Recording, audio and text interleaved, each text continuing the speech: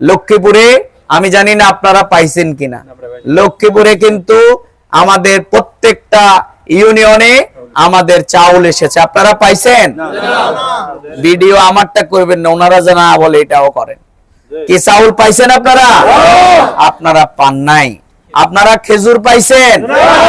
আপনারা ঈদে 10 লক্ষ টাকা এমপিরা পাইছে, আপনারা কি এটা পেয়েছেন? তাহলে বাংলাদেশ জামাত ইসলামের যে এমপিরা নির্বাচিত হয়েছেন, আমরা দেখেছি তারা প্রত্যেকটি ইউনিয়ন, প্রত্যেকটি আসনে তারা সকল দলকে সাথে নিয়ে সেটা বন্টন করতেছে। আর আমাদের এই জায়গায় তাহলে আপনারা কাকে নিয়ে বন্টন করলেন, এটা আমরা কিন্তু জানতে চাই। আমরা প্রতিটি উন্নয়নে, প্রতিটি জায়গায় সরকারের যত বরাদ্দ আছে কানা কড়ি সহ আমরা জনগণের কাছে সেগুলো উপস্থাপন করব।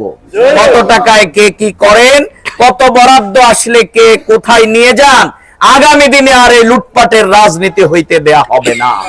লুটপাটের রাজনীতি আর চলবে না। বাংলাদেশের জনগণ জেগে উঠেছে। আমরা আমাদের অধিকার, ইনসাফের বাংলাদেশ প্রতিষ্ঠা না হওয়া পর্যন্ত আমাদের সংগ্রাম চলবে নাকি? এই জন্য